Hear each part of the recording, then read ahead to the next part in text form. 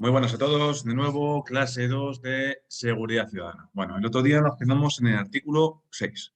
Bien, vimos, por hacer un pequeño recordatorio de la clase, que era relativamente, que daba constancia de la importancia que tiene este tema. Este tema, sobre todo de cara a vuestro examen, vuelvo a repetir, que nos vamos a centrar siempre en el 99,9% de vuestra pregunta tipo test, pero sí me gustaría que, por favor, lo toméis como un aprendizaje un poco también a futuro porque os vuelvo a repetir que esta va a ser vuestra herramienta de trabajo de casi todos aquellos que tengáis la suerte de pertenecer a las fuerzas y grupos de seguridad y trabajéis en seguridad ciudadana.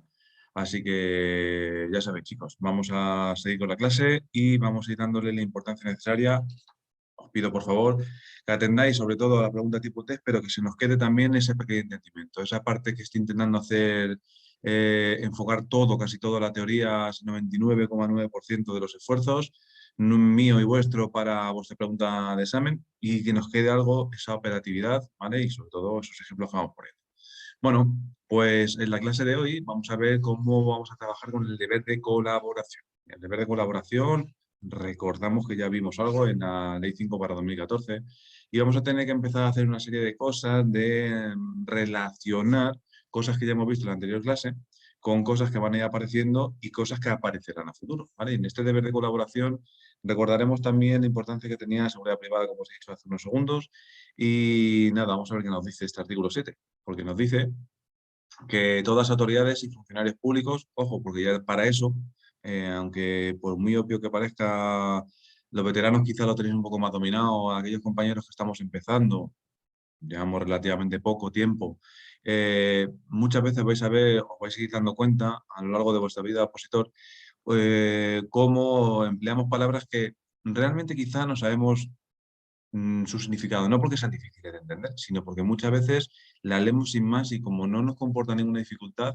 creemos saberlo bien. Así que yo os invito siempre a que todo, y cuando digo todo es todo, todo lo que aparece en los temas, que normalmente en mi caso son, el grueso de mis temarios son leyes, todo tiene importancia. Toda, cada una de las palabras tiene importancia. Tiene importancia para la comprensión del propio tema, la propia ley, tiene importancia para la propia percepción de la pregunta, es decir, muchas preguntas van a ser esas pequeñas preguntas trampa, ¿vale? Que nos preguntan ciertas cosas y, bueno, tenemos que saber diferenciarlas.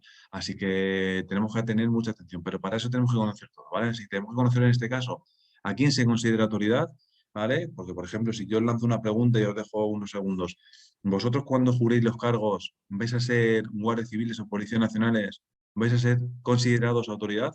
Sí, sí siempre, en algunas ocasiones, ¿vale? Así que son cosas que tenemos que tener claro a quién consideramos autoridades, ¿vale? Bueno, para eso vimos también una serie de ellas en artículos anteriores en esta ley y iremos desgranando alguno más, ¿vale?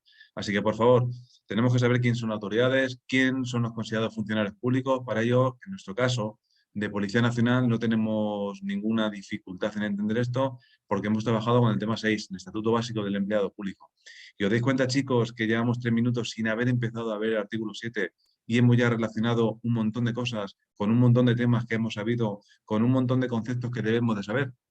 Esa es la manera correcta de estudiar. Bueno, artículo 7, deber de colaboración, nos explica que todas las autoridades y funcionarios públicos deberán colaborar con las autoridades y órganos a que se refiere el artículo 5 y prestarles el auxilio que sea posible y adecuado para la consecución de los fines relacionados en el artículo 3. Esos fines de la ley que vimos, eso que no era tan complicado de entender, pero que comportaba, bueno, pues su dificultad a la hora de memorizar. Bueno, cuando por razón de su cargo tengan conocimientos de hechos que perturben gravemente la seguridad ciudadana o de los que racionalmente puedan inferirse que puedan producir una perturbación grave, estarán obligados a ponerlo inmediatamente en conocimiento de la autoridad competente. Ojo, que no está hablando de autoridad, por eso remarcaba mucho al principio a quién consideramos autoridad. ¿Autoridad competente pueden ser las fuerzas y grupos de seguridad del Estado como tal? Bueno, pues entendiendo como ente, sí, ¿vale? A título personal, nosotros somos considerados, las fuerzas y grupos de seguridad, agentes de la autoridad en el ejercicio de nuestras funciones, ¿vale? Vais a conocer cuándo y cómo vamos a ser considerados autoridad. ¿Ok? Bien. Nos dice también que las autoridades y órganos competentes y los miembros de las fuerzas y cuerpos de seguridad podrán recabar de los particulares su ayuda, colaboración en la medida necesaria para el cumplimiento de los fines previstos en esta ley, ese artículo 3, especialmente en los casos de grave calamidad pública o catástrofe extraordinaria, siempre que ello no implique riesgo personal para los mismos. Es decir, nosotros podemos recabar de las personas, de los civiles, podemos recabar información, podemos pedirle ayuda y colaboración, sí, siempre lo podemos hacer, pero lo que no podemos hacer es ponerles en peligro. ¿Qué casos se nos pueden venir a la memoria? Bueno, imaginar, por poner un ejemplo muy sencillo, ojo con los ejemplos que pongo siempre, que yo sé que me diréis muchos de vosotros, están los típicos ISIS, ¿vale? Hay gente que sabe mucho de todo, tenéis mucho conocimiento, bien por vuestra forma de entender las cosas, bien porque tenéis familiares, porque tenéis especialistas de cualquier otra materia, ¿vale? Siempre que pongo son ejemplos genéricos, que no me quiero meter en ningún charco en el sentido de que ni opiniones políticas, ni situaciones que alguno de vosotros hayáis sufrido. Es decir, todos son conceptos genéricos, ejemplos genéricos y que pueden dar lugar, entiendo, a muchas otras cosas. Bueno, imaginaros cómo podemos pedir ayuda y colaboración en la medida necesaria. Imaginar que se acaba de cometer un delito grave. Delito grave, pues un típico delito de lesiones. Podemos ayudar que colabore la gente simplemente preguntando. Simplemente preguntando. Para ello, podemos recabar de esos particulares pues, esa información, esa colaboración, todo aquello necesario para el cumplimiento de los fines, es decir, la previsión de prevenir la comisión de delitos. O si se ha cometido un delito, poder conocer quién ha sido para poder intentar trabajar. ¿Vale? Bueno, son normalmente, ya digo, ejemplos un poquito genéricos, iremos introduciendo ejemplos un poco más característicos y lo vamos a ir adecuando a la propia ley. Quienes sufran daños y perjuicios por estas causas serán indemnizados de acuerdo con las leyes. Bueno, esto ya sea un poco, se va un poco de la propia ley a la hora de hablar de indemnizaciones a particulares, ¿vale? Pero bueno, que existe la posibilidad cuando sufran daños y perjuicios. Bien, algo que ya sabemos, ¿vale? Tanto policías nacionales como guardias civiles, porque os recuerdo que tenemos ahí en la plataforma, en vuestro aula virtual, en vuestro apartado de aula virtual, tenéis las clases de seguridad privada. Algo que ya sabemos, en el artículo 7.3 de la Ley Orgánica de Seguridad Ciudadana, nos dice que las empresas de seguridad privada, los despachos de detectives y el personal de seguridad privada tienen un especial deber de auxiliar a las fuerzas y cuerpos de seguridad en el ejercicio de sus funciones. ¿Vale? Ojo con esto, que esto lo hemos visto, que nos tienen que prestar la colaboración que precisemos y tienen que seguir nuestras instrucciones en los términos previstos en la normativa de seguridad privada. Ojo, vamos a hacer un pequeño recordatorio cuando decimos que nos tienen que prestar la colaboración que precisen, pero no a la hora de seguir nuestras instrucciones son nuestros lacayos, no, ellos son miembros de seguridad privada, despachos de detectives o el personal propio de seguridad privada, ¿vale? Siempre atendiendo un poco a la conjugación de esta propia ley que les impone, ¿vale? Que tienen ese especial deber de auxiliar a las fuerzas y cuerpos de seguridad, pero también atendiendo a su propia legislación específica, donde no pueden dejar en un momento dado pues las funciones que estén haciendo. No podemos vestir un santo y desvestir a otro, ¿vale? Bien. El personal que realice funciones de policía administrativa tendrá especial deber de colaborar en la consecución de los fines previstos en el artículo 3, los fines de la ley que le dimos esa importancia a la hora de estudiar, ¿vale? Bien, con esto, a la hora de hablar de los propios fines, era un poco el empezar hoy con ese deber, ese artículo 7, para poder introducirnos a la hora de la identidad de las personas, de los ciudadanos españoles, ¿vale? Cómo vamos a tratar la documentación e identificación personal, cómo no tenemos que perder de vista esos fines que se persiguen en esta ley, ¿vale? Artículo 3. En este caso vamos a empezar ya con el capítulo 2. Acordaros que siempre normalmente hacemos una pequeña estructura del tema y decimos que esta ley orgánica viene estructurada en capítulos, ¿vale? Hemos visto el capítulo 1, vamos a ver el 2, que trata de la documentación e identificación personal. ¿Ok?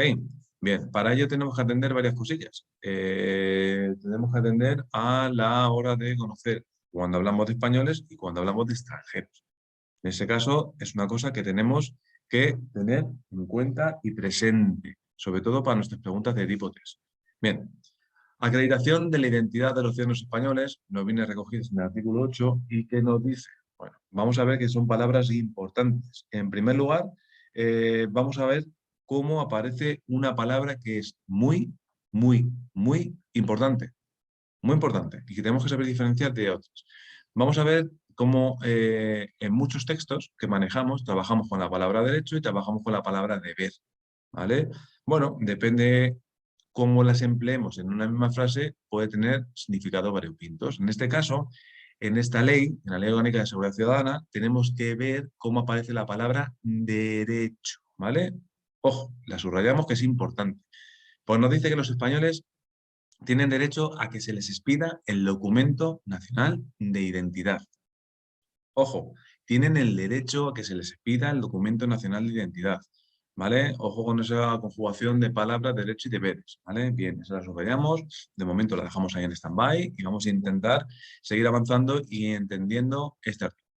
Nos dice que el documento nacional de identidad, siguiente pregunta de examen, es un documento público y oficial, ¿vale? Siguiente pregunta de examen. Pondrá público oficial, público, privado y oficial. Nos puede manejar la pregunta y maquillarla de tal manera que suena todo muy bien. Así que es un documento público oficial y tendrá la protección que estos otorgan las leyes, así como la importante frase que vamos a leer ahora, chicos, suficiente valor por sí solo para la acreditación de la identidad y datos personales de su titular, ¿vale? El documento nacional de identidad, ¿vale? Es el documento que por sí solo, simplemente esa tarjeta, ese soporte, va a tener, va a servir para acreditar la identidad de las personas y que los datos que estamos leyendo en ese soporte físico son los que se corresponden con el titular que tenemos delante. Es decir, esa persona que nos está dando el DNI, que nos está entregando cuando vamos a identificar. Y estas palabras ya es importante que las vayamos manejando para dar esa explicación teórica para nuestro 99,9% de aceptar la pregunta tipo test, pero sobre todo para entenderlo y para ir poniendo ejemplos prácticos. ¿Entendido eso, no? Bien.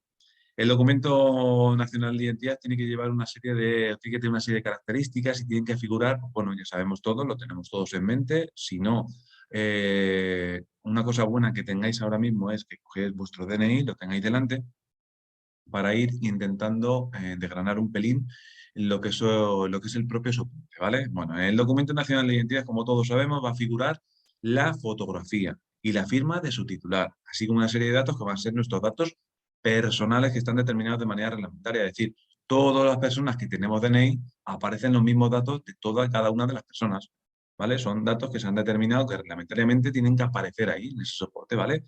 A todo esto se tiene que respetar el derecho a la intimidad de la persona, sin que en ningún caso se va a dar información relativa a la raza, a etnia, religión, creencias, opinión, ideología, discapacidad, orientación o identidad sexual, afiliación política o sindical. Ojo, ahí no aparece nada de eso, aparece otro tipo de datos, nombre, apellidos, número de DNI, el número de soporte, cuándo se ha expedido, la validez, nombre de padre, dirección, etcétera, etcétera, ¿vale? Esos son lo que sí aparece en ese soporte físico, en esa tarjeta. La tarjeta de soporte del DNI, del Documento Nacional de Identidad, incorporará una serie de medidas de seguridad. Y ojo, ¿por qué recalco y subrayo esta palabra? Porque es importante. Ahora entenderemos un poquito después. ¿Vale? Vamos a poner un ejemplo de esto de quién, cuándo y cómo me puede entregar a las fuerzas y cuerpos de seguridad el DNI. Porque en vuestra vida profesional, a la hora de poder intentar, y digo intentar, identificar a una persona, vais a saber cómo nos ponen muchas trabas, ¿vale? Bueno, eso de la medida de seguridad lo dejamos ahí, subrayalo por favor.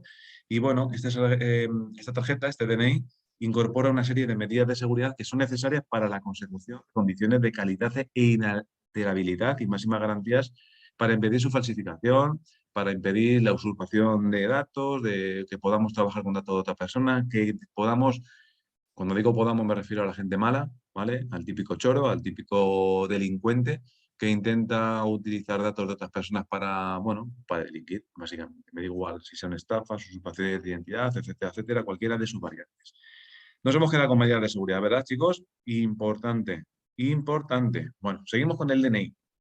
El documento nacional de identidad permite a los españoles mayores de edad, ¿vale? Porque para eso tenemos que saber cuál es la mayoría de edad, 18 años, que gocen de capacidad plena de obrar y a los menores emancipados, ¿vale? Que para eso también tenemos que conocer cuál es la edad de la emancipación, que son 16 años, la identificación electrónica de su titular, así como la firma electrónica de los documentos en los términos previstos en la legislación específica. Ojo, porque estamos hablando de firmas electrónicas, estamos en el siglo XXI, manejamos multitud de dispositivos. Yo no sé si muchos de vosotros, aunque seáis jóvenes, habéis firmado algún documento de manera electrónica.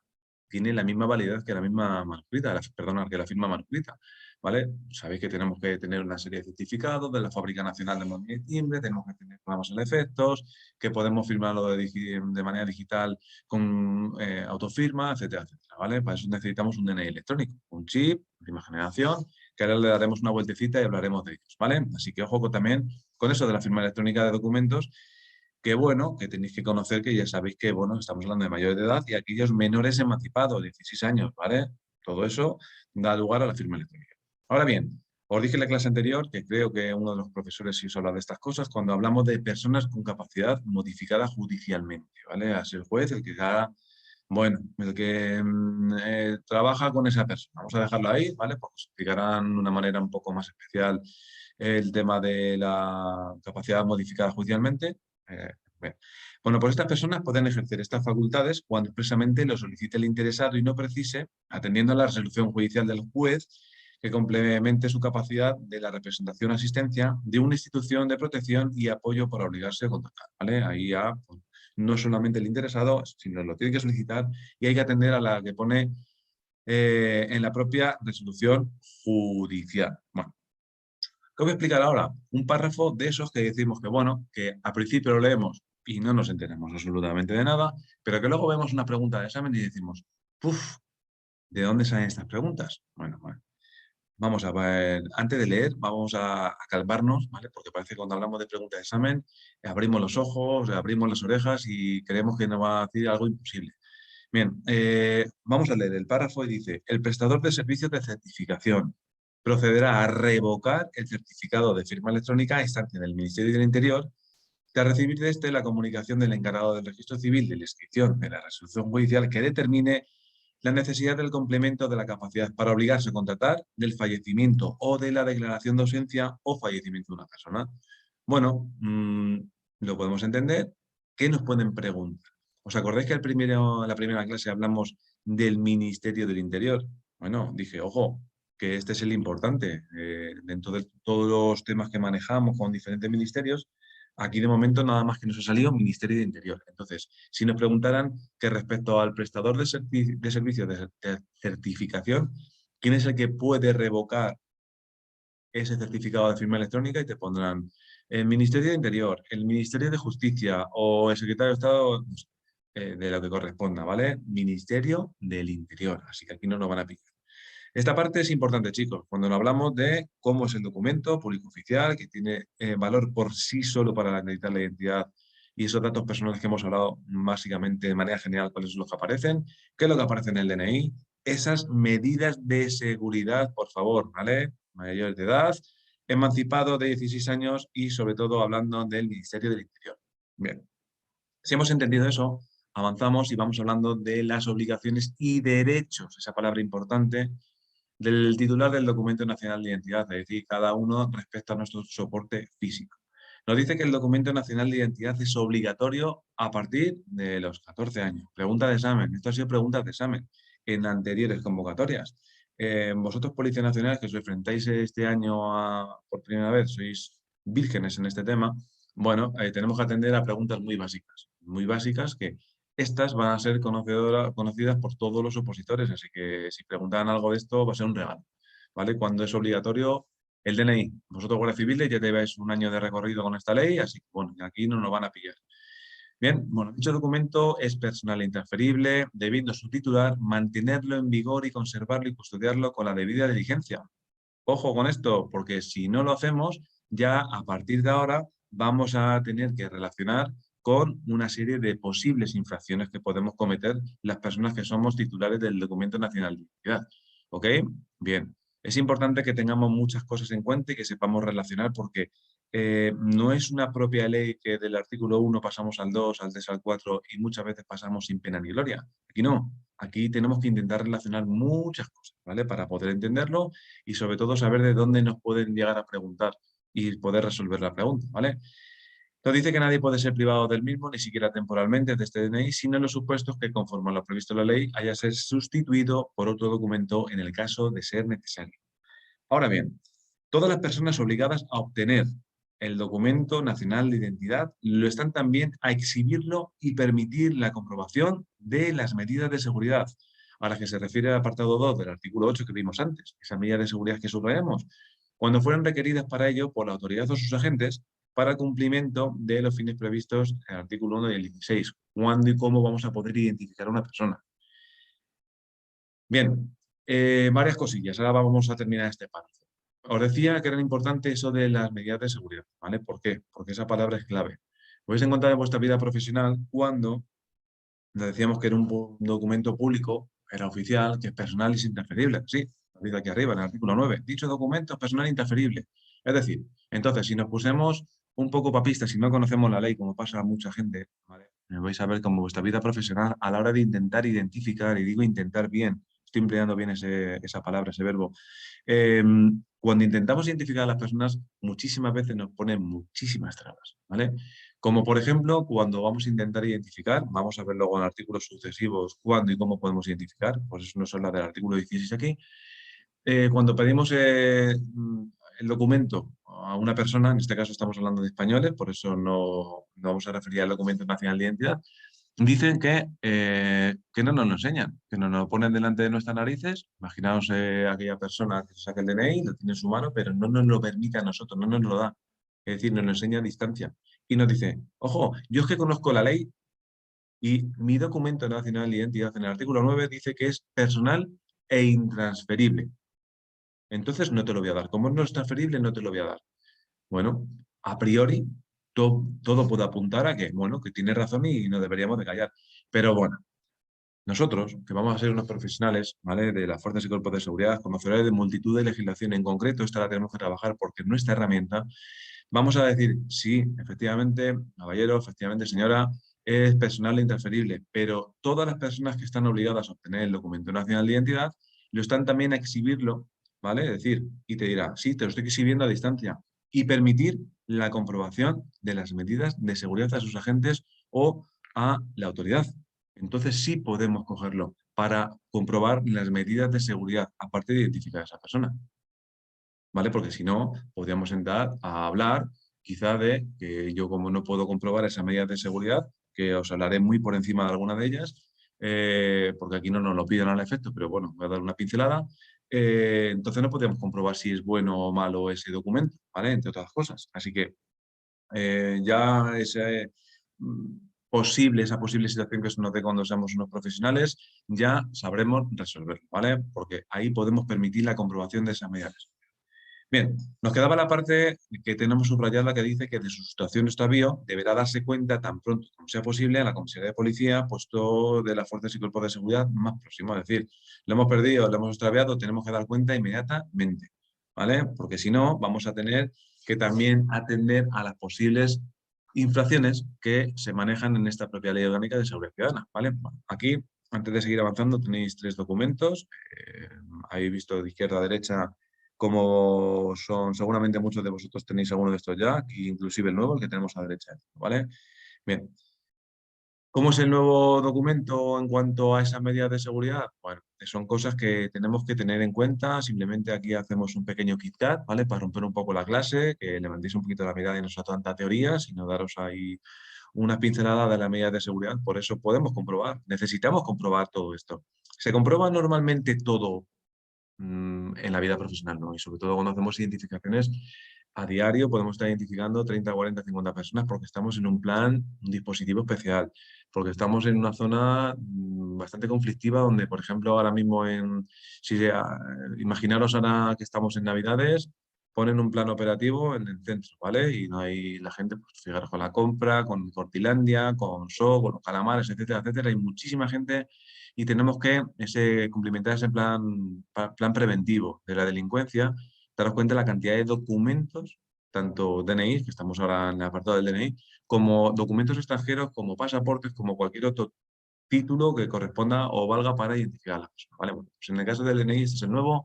Nosotros, en cuanto a las medidas de seguridad, vamos a ver cómo hay una serie de parches holográficos que vamos moviendo el DNI, es el documento, es el soporte físico, ¿vale? Que para el empleo de la realización de estas tarjetas físicas se emplean una serie de tintas, en este caso manejan tintas ópticamente variables, se llaman las tintas OBI, ventanas transparentes con un grabado láser, ¿vale? Le ponemos a trasluz y vamos a ver, según lo ponemos a trasluz, como hay una serie de, pues, bueno, un grabado que te va a decir una numeración, unas letras. Hay, si lo rascamos quizá con el dedo, vamos a ver cómo tienen cierto relieve, porque se utilizan unos serie de fondos también. Como también hay unas tintas UV que bajo luz ultravioleta el documento no va a ser nunca blanco. Es decir, si le ponemos una luz ultravioleta al documento, tiene que esa tinta, pues bueno, imaginaos un capítulo de CSI cuando le pasan la luz fluorescente, ¿vale? Pues eso hace una reactancia. Hay una serie de la fotografía, tiene unas características con unas medidas, para eso habría que atender a la propia ley del DNI, donde te marca esas medidas. En el reverso, pues bueno, utiliza también una serie de microtextos, ¿vale? Si lo acercamos mucho con una luz de aumento, podríamos quizá leerlos. El chip viene incorporado en la parte posterior, en este reverso, este nuevo DNI, y sigue utilizando esas tintas, ¿vale? Bueno, tenemos que tampoco lo ponen aquí abajo, estas 3 series de caracteres que tenemos abajo son líneas OCR y podríamos dar bastantes más, ¿vale? Bueno, pues todos estos van a ser lo que comportan las medidas de seguridad del documento nacional. Hablamos antes que en el caso de que podamos extraviar o no haya sustraído el DNI, tenemos que comunicarlo a las fuerzas y cuerpos de seguridad más cercanas, porque si no, os decía que podemos, bueno, pues de alguna manera si no comunicamos esto hecho, puede constituir una infracción de carácter leve de esta ley. El artículo 37.10 lo regula, ¿vale? Cuando no lo hacemos podemos incurrir en una propuesta de sanción por una infracción leve del artículo 37.10, ¿vale? Ojo.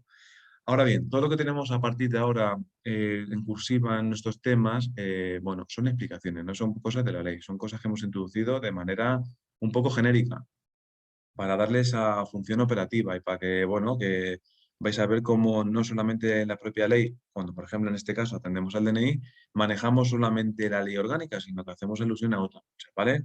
Bien. ¿Competencia sobre el documento nacional de identidad? Preguntilla de examen. Hemos hablado del Ministerio de Interior, ¿vale? Pues bueno, dice que corresponde al Ministerio de Interior la competencia exclusiva para la dirección, organización y gestión de todos los aspectos referentes a la confección y expedición del documento nacional de identidad conforme a lo dispuesto en esta ley y a la legislación sobre la firma electrónica. Hemos hablado de la firma electrónica. ¿A quién le compete la revocación? Ministerio de Interior, igual que la competencia exclusiva de esa dirección, organización y gestión. La competencia, aunque estamos hablando de que le corresponde al Ministerio de Interior, vamos a ver a través de aquí la hacemos, ¿vale? Hacemos a través de la Dirección General de la Policía, a la que le corresponde también la custodia y responsabilidad de los archivos y ficheros, porque aquí hay muchísima información, ¿vale? Relacionada con el DNI. Su expedición, ¿qué hacemos para la hora de poder expedirla? Se paga una tasa, ya sabéis, muchos de vosotros seguramente hayáis ido alguna vez a la comisaría, ¿vale? Bueno, con eso terminamos el apartado del DNI, chicos. Darle importancia porque es bastante importante. Pasaporte de los ciudadanos españoles. Aquí vamos a trabajar con otra serie, aunque es muy similar, con otra serie de palabras. Antes hablamos de derechos, derechos, derechos. Bueno, aquí también vamos a hablar de derechos, ¿vale? Pero vamos a ver cómo hay alguna pequeña diferencia. Bien, pasaporte de los ciudadanos españoles. El pasaporte español, ¿vale? Ojo, porque cuando hablamos de pasaportes quizás siempre se nos lleva a la cabeza al extranjero, ¿no? El pasaporte también lo tenemos nosotros, ¿eh? Y todo el mundo lo habréis visto. Bueno, pues el pasaporte español es un documento público, personal, individual e intransferible. Que salvaguarda, al contrario, acredita la identidad, hasta aquí parece que estamos hablando del DNI, y nacionalidad de los ciudadanos españoles, pero fuera de España. Por eso nosotros vamos con un pasaporte que, entre otras cosas, va, hasta aquí lo que tenemos que saber, es que acredita la identidad y la nacionalidad. Nosotros vamos a Brasil con nuestro pasaporte, en el caso que sea necesario, etcétera, etcétera. ¿Qué hacemos? Vamos a acreditar nuestra identidad con nuestro pasaporte, porque allí nuestro DNI será un documento acreditativo que, bueno, que para los brasileños en un momento dado, si conocen el documento, pues bueno, pues a lo mejor les sirve o no les sirve. No sé cómo está la legislación en sus países. Como nosotros, un brasileño aquí nos puede enseñar una tarjeta que diga que es válida, pero si yo ese soporte físico no lo conozco, a mí no me va a valer, ¿vale? Hablaremos luego de lo de los pasaportes extranjeros, ¿vale? Bueno, y sobre todo haremos mucha mención empleando ese extranjero, ese pasaporte, vamos a conjugar esas palabras para trabajar bien la extranjería. Bueno, En este caso, el pasaporte español acredita la identidad y nacionalidad de los ciudadanos españoles fuera de España y dentro del territorio nacional las mismas circunstancias que de los españoles no residentes, ¿vale? En el caso que sea necesario. Los ciudadanos españoles tienen derecho a que les sea expedido el pasaporte, que solo podrá ser exceptuado en las siguientes circunstancias, ¿vale? Ojo, las excepciones, bueno, haber sido condenado a penas o medidas de seguridad privativas de libertad mientras no se hayan extinguido, salvo que se obtenga autorización del órgano judicial correspondiente competente. Haber sido acordada por el órgano judicial competente la retirada de su pasaporte de acuerdo con lo previsto en la ley. Esto lo escucháis muchísimas veces en las noticias cuando, por ejemplo, no sé, Pepito, perteneciente al partido político X, ha sido condenado por prevaricación, por cohecho y por no sé qué, ¿vale? Y se le ha retirado el pasaporte para evitar que se fugue, pues normalmente se suele decir y se suele emplear en las noticias, ¿vale? Bueno, otros motivos es, por ejemplo, haber sido impuesta una medida de libertad vigilada con prohibición de abandonar el territorio nacional, salvo que se obtenga autorización por parte del juez o cuando el juez, el órgano judicial, haya prohibido la salida de España o la expedición del pasaporte al menor de edad o a la persona con la capacidad modificada judicialmente, ¿vale? Todo eso de acuerdo a la ley. Bueno, estas son las excepciones para o el pasaporte. La obtención del pasaporte por los ciudadanos sujetos a la patria potestad o la tutela está condicionada al consentimiento expreso de las personas u órganos que tengan encomendado su ejercicio o su defecto del órgano judicial competente. Ya sabéis que cuando hablamos del juez, para nosotros, para las fuerzas y cuerpos de seguridad, es Dios, ¿vale? Bien. Los titulares del pasaporte tienen la obligación de exhibirlo y facilitarlo, ¿vale? Esta es la pequeña diferencia que nos dice esta ley cuando hablamos del DNI y ahora cuando hablamos del pasaporte, cuando fuesen requeridos para ello por la autoridad o sus agentes. También estarán obligados a su custodia y conservación con la debida diligencia, muy similar a lo que vimos en el DNI. De su sustracción o extravío deberá darse cuenta de manera inmediata a las fuerzas y cuerpos de seguridad o, en su caso, si estamos fuera de España, ¿a quién? A la representación diplomática o consular de España en el extranjero. ¿Vale? Bien, no comunicar el extravío o la sustracción, acordar, infracción leve del artículo 37.10 de la ley. ¿Vale? Ya tenemos que ir manejando un poco esto de las infracciones, chicos, que aquí ya os adelanto una pregunta. No van a preguntar sí o sí una infracción. Me da igual que sea leve, que sea grave o que sea muy grave, ¿vale? Pero no van a preguntar. Cuando lleguemos a las infracciones, haremos una clase a ver si podemos hacer alguna pequeña diferencia y recalcar alguna de ellas. Pero bueno, ya vamos a viendo alguna cosita en esta ley y en sucesivas clases lo iremos viendo de la misma manera. Competencia sobre el pasaporte, ¿a quién le corresponde? En el territorio nacional, a la Dirección General de la Policía y si estamos en el extranjero, hemos dicho, pues a la representación diplomática al efecto y consular de España, ¿vale? Su expedición, de la misma manera, hay que pagar un poco de dinero, ¿vale? Una tasa. Y dice que corresponde al Gobierno, a propuesta de los ministros de Interior y de Asuntos Exteriores, Unión Europea y Cooperación, en el caso que fuera así, se siguiera llamando en un futuro de cara a vuestra pregunta de examen. Sabéis que esto de los ministerios cambia mucho, tenemos que estar, bueno, un poco siempre a última hora atentos por a ver si ha cambiado la nomenclatura del ministerio, ¿vale? Pero lo que siempre va a ser será asuntos exteriores. Desarrollar esta ley en lo referente al régimen jurídico del pasaporte, ¿vale? Chicos, esta clase la dejamos aquí con el DNI y el pasaporte de los españoles. Siguiente clase empezamos a hablar de la acreditación de la identidad de ciudadanos extranjeros, ¿vale? Esto es importante que lo tengamos en cuenta. Os emplazo a la siguiente clase y nada, chicos, estudiar y darle duro. Un saludo.